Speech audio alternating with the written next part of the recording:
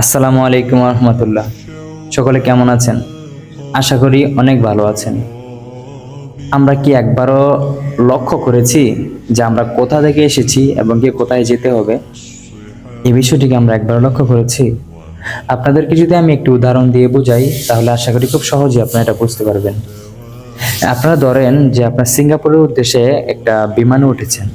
তারপরে আপনারা কাতারে গিয়ে এটা ৩ ঘন্টা ট্রানজিটে ল্যান্ড করলো। ৩ ঘন্টা পরে আবার বিমানটি ছাড়বে। এই ৩ ঘন্টায় আপনাদেরকে বলা হলো যে আপনারা যার যা ইচ্ছা তা করতে পারবেন। তখন কি আপনারা কখনো এটা চিন্তা করবেন যে ৩ ঘন্টা যেহেতু ট্রানজিট দিছে, এখানে আমরা বাড়ি করি, ব্যবসা করি, বা এখানে আমরা কিছু করে ফেলি, হ্যাঁ, দীর্ঘমেয়াদী কিছু করে ফেলি? আপনারা কখনো এটা চিন্তা করবেন না। আমাদের এই দুনিয়াটা একটা ট্রানজিটের মতো। আমরাও একটা জায়গা থেকে এসেছি। আল্লাহ তাআলা আমাদেরকে একটি জায়গা থেকে এখানে পাঠিয়েছে।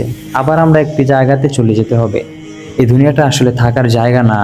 এখানে আপনি পরিপূর্ণ সুখ পাবেন না।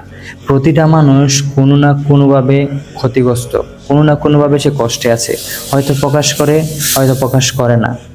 তাই প্রিয় ভাই ও বোন, আপনারা সালাতের মাধ্যমে আপনাদের নিজের মনকে পরিশুদ্ধ করুন। সালাতের মাধ্যমে আসল শান্তি, আসল ভোগ, আসল যেই মুগ্ধতা, সেটা উপভোগ করুন। সকলেই হতাশার ভিতর না থেকে আপনারা মসজিদে আসুন, মসজিদের সাথে সম্পর্ক করুন। আসসালামু আলাইকুম রহমতুল্লাহ।